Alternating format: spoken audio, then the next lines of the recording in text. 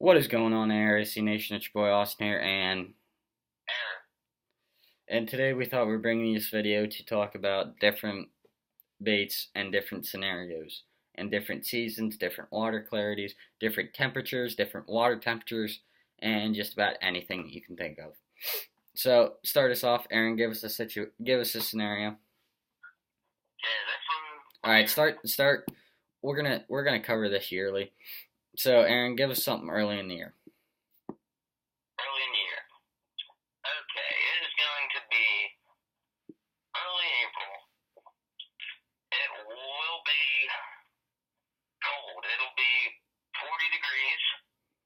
The sun will be out, bluebird sky, and the wind will be about 15 miles per hour. Water clarity is going to be about 6 feet, and water temperature will be pretty cold. It'll be about 36. 36. All right. So something that comes into play there is a jerkbait. Jerkbait, clear water. They will come out, hit that. Another thing you can do, football jig. Make sure you don't trim up the skirt or anything. Get it to flare out really fast because that's not what you want it to do. You want everything to be slower in the wintertime. Slower and tighter.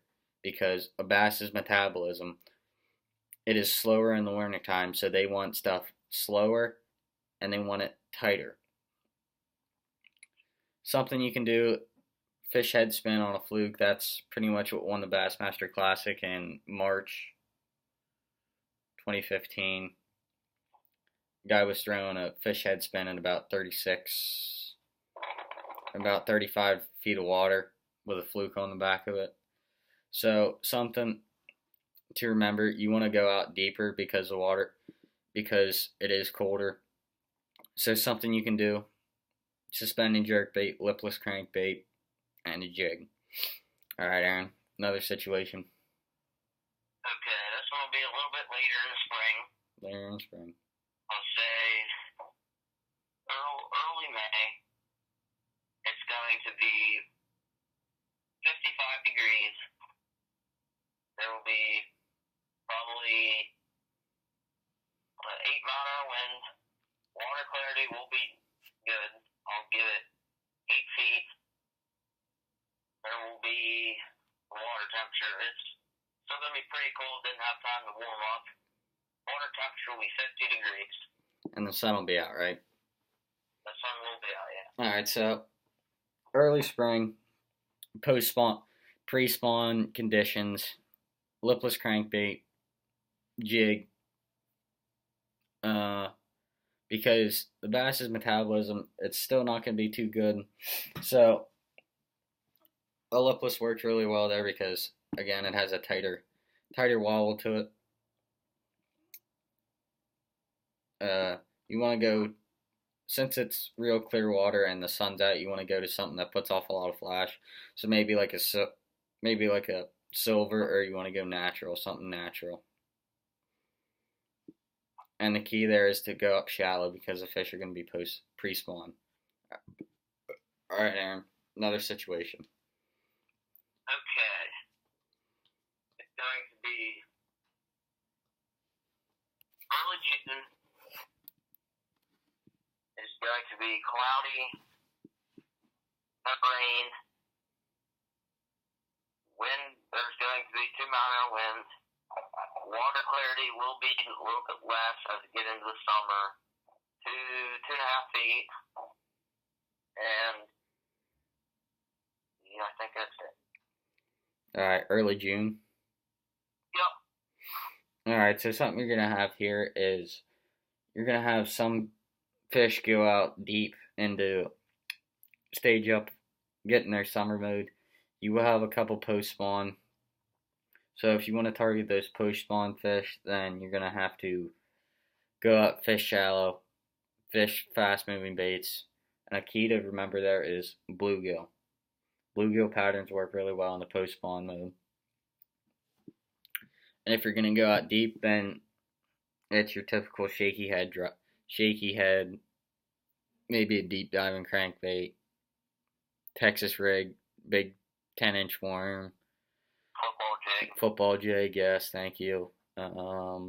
Anything else you can think of, Aaron? Did you say drop shot? Drop shot, darker colors. The water clarity is not going to be too good, so you don't have to go too natural. Well, green pumpkin works in any water clarity, really. But yeah, if you're gonna throw a big worm, then something red, June bug, black and blue, something like that. All right, Aaron, give us another situation. Okay, it's going to be early August. It's going to be 100 degrees. Water temp's going to be 80. It's going to be 8-mile-an-hour winds. It's going to be sunny. And the water clarity will be about a foot. So still you're going to have to go, foot water clarity, so you might have to go up shallow, dirt, muddy water, go, because fish are going to be up to close to cover in that situation. They're going to be in the shade. So one thing you're going to have to do, you're going to have to fish everything extremely slow. I wouldn't be cranking because that might be too much for him to handle.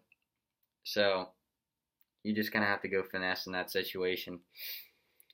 Wacky worm, anything that's finesse, really. Aaron, what do you have to say about that? Well, personally, I'd probably be using a shaky head in that situation. I'd throw it as close to cover as I could. And basically, I'd move it slow. Real slow. Alright, Aaron, another situation. Alright. Late September. Gonna be bluebird sky. 15-mile wind. Water clarity is gonna be about 2.5 feet. Water temp's gonna be 70. Alright, so in that kind of situation, you might have some fish moving up, getting into fall mode where they're up chasing bait fish and stuff like that. 70 degree water temperatures might be a little too much for them still, so you're going to have some fish in summer mode still. But if you're going to go out and fish shallow, then you want to fish moving baits. Spinner baits work really well in that situation. Spinner baits become a player in whenever there's wind or current, anything like that. Anything to break up the water clarity, because a spinnerbait will give off a lot of vibration. It's easier for them to hone in on. A bass has two ways to detect vibration.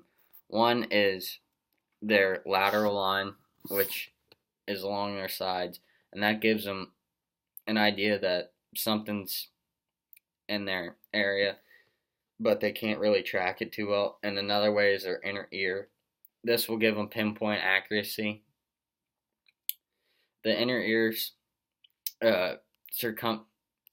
circumference, diameter, whatever you want to call it, will be less because it'll give them accuracy, but their inner ear will alert them that something's there. So spinner baits work well in that situation. I guess that's all I can say. Aaron? I'd probably be targeting cover, probably with a spinnerbait or a swim jig, just because they don't get stuck as much as a crankbait or even a chatterbait. I might even use that. It's not going to have troubles, really. Alright, let's do one more, Aaron. Alright. October. It is going to be, now, we're going to do second week in November. I would be hunting. So would I. But it is going to be. I'd have more deer than Aaron by then, so. Yeah, okay. Mm-hmm. He also shoots some little small bucks. I would be. Alright. Air temperature is going to be 40 degrees. Water temperature will be 48. And it is in a cold front. It will be a bit windy, probably about 20-mile winds, and the water clarity will be pretty good. I'd give it 3.5 feet. Alright. So you're going to have fish in winter mode. They're going to be out deep. They're going to be less lethargic. And their metabolism is going to be slower again. So in that situation, football jig, get it to slow that fall down. Fish head spin, something like that. Maybe a jerkbait, I don't know. Lipless might work.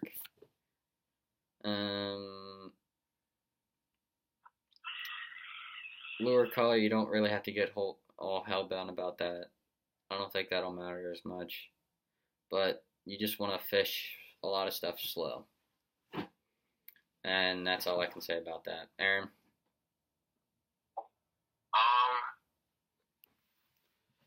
Yeah, I'd probably be using a football jig with a trailer with not too much action that they don't hit it, but enough to slow the fall down. A trailer to consider that slows the fall down is a Zoom chunk. That works really well. It slows the fall rate down tremendously. It doesn't have a whole lot of kicking action, which won't scare him off. Let's see, what else is there to say? There's not too much else to say about that.